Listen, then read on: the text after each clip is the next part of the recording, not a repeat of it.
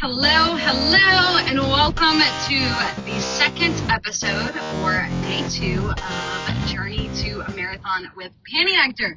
It is your host, PN93, just in a different way than usual. So thank you for everyone getting on to listen to the podcast. I really appreciate it.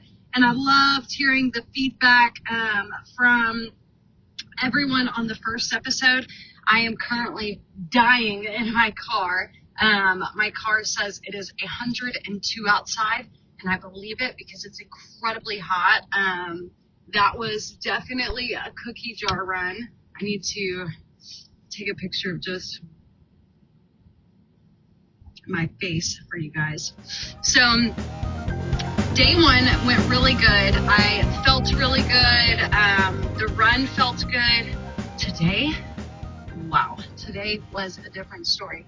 I've been trying to, like I said yesterday, I wanted to keep up with my weightlifting, but I'm figuring out that I probably don't, since I'm just starting back out running again. I probably don't want to double hit everything so hard. So today when I went to the gym, I just decided to do some light stuff. So I warmed up. Anytime I go to the gym, I always warm up at a 7% incline at about 3% speed.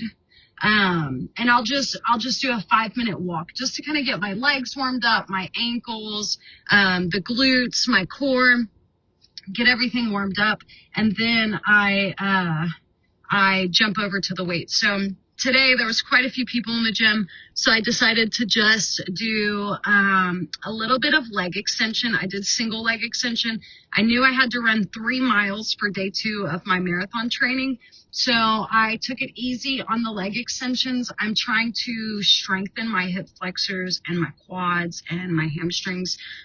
So I made sure to point that toe, squeeze, hold at the top, not all the way at the top, but I would say like 80% to the top, and just kind of focus on that with lightweight. And then I'm going to break out my drink too.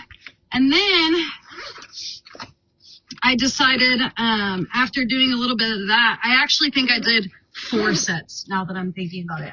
I did 4 sets of about 10 reps on each side. Now I am drinking an Element sparkling electric water, the same black cherry lime. It's my favorite flavor, so I love this one. Oh my God, you guys, I froze it too much. It's a slushie. Oh my gosh, no way. I didn't think that would freeze it. Oh my gosh. Still good as fuck. So I went light on that on 4 sets, and then I decided to go over.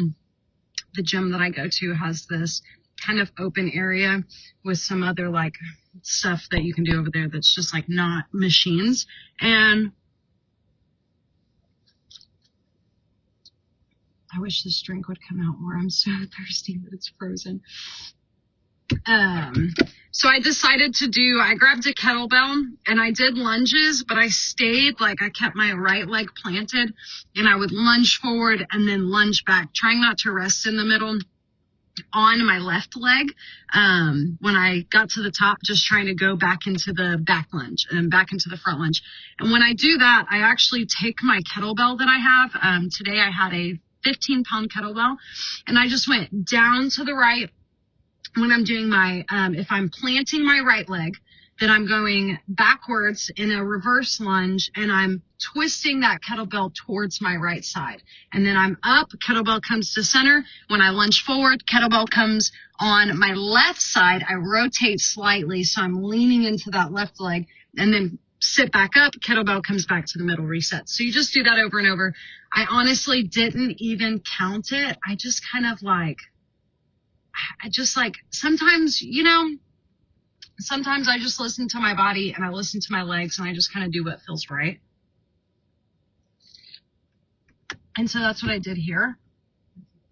And so I just did 2-3 sets of that. And then also did these explosive things on the wall. I don't even know what you would call them, but I go from a reverse lunge, same, my left foot is planted, I reverse lunge, and when I come up, I'm actually driving my right knee up and planting my left arm into the wall. So I'm kind of in a vertical stance where my body, there's a straight line from my left toes all the way up to my shoulders, to my head. So just doing some of those, switch legs, do the right leg, and that felt really good. And again, I just did a couple reps of that. The gym was kind of busy, and they were painting, so I didn't stay in there too long, and I knew I had a 3-mile run. And I also had to make it to the post office before they closed. So when I left the gym, I headed to the post office, picked up what I needed to, and then I drove over to my running spot. And from there, I kind of just did like a random ass path. I knew I had to do 3 miles, and I kind of knew already like what I wanted to do. So I just added on to that. So I did a bunch of like running out on this little place that's only like not even half a mile, and then just turning around and coming back out, then running down the road, going this way. So it ended up being, my watch does it in kilometers. So 4.8 kilometers, 3 miles. And it felt really good. It's hot. Don't get me wrong. I did not run the whole time. I had to stop several times. It's just so hot, and I'm so new to running. I had someone on my OnlyFans. They were like, shouldn't you be doing more? I'm like, whoa. I'm just starting out. Take it easy on me.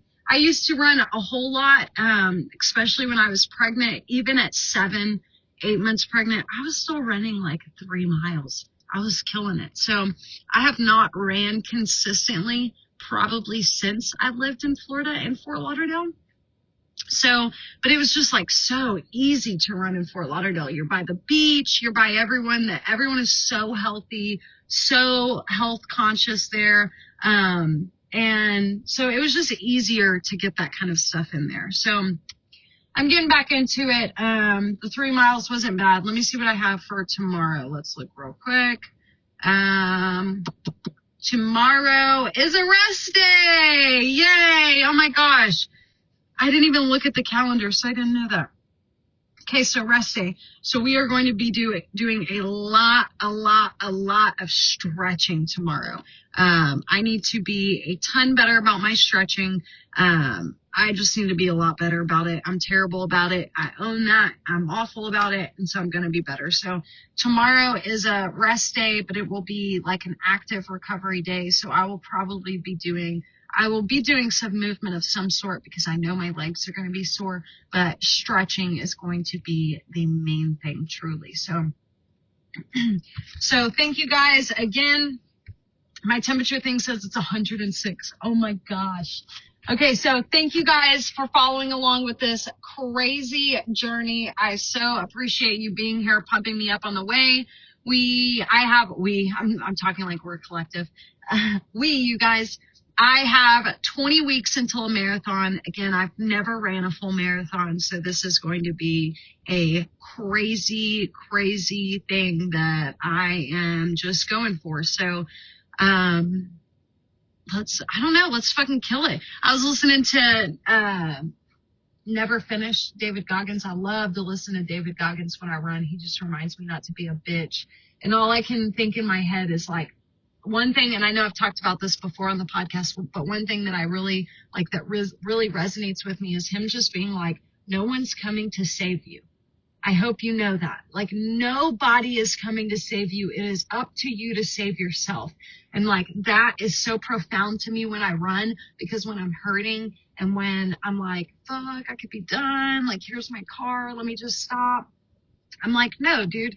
No one's coming to save you. Like, you need to be able to do this shit on your own. And like, maybe that's extreme. Nothing crazy is going to happen like that. But I want to be able to like pick somebody up and fucking carry them 5 miles if I have to. You know what I mean? So I don't know. I'm just like, I keep that mindset in my head. And David Goggins, during the audiobook today while I was running, he was saying, you know, everyone has haters, but you'll never meet a hater doing better than you. And I thought, holy crap, that is so right. No hater in my life has ever been doing better in life than me in that moment. And so I hope that you guys take that same, phrase with you through life when you're struggling and going through stuff, and maybe some people are fucking dogging on you and hating on you. Just remember, no hater is ever doing better than you. So keep killing it, you guys. Keep rocking it. We are going to keep killing it, and I will see you guys. I'll still be on here tomorrow for a podcast and let you guys know how I feel, how I'm doing, how everything is. So I will be talking to you guys soon, and thank you so much for listening. See you guys next time.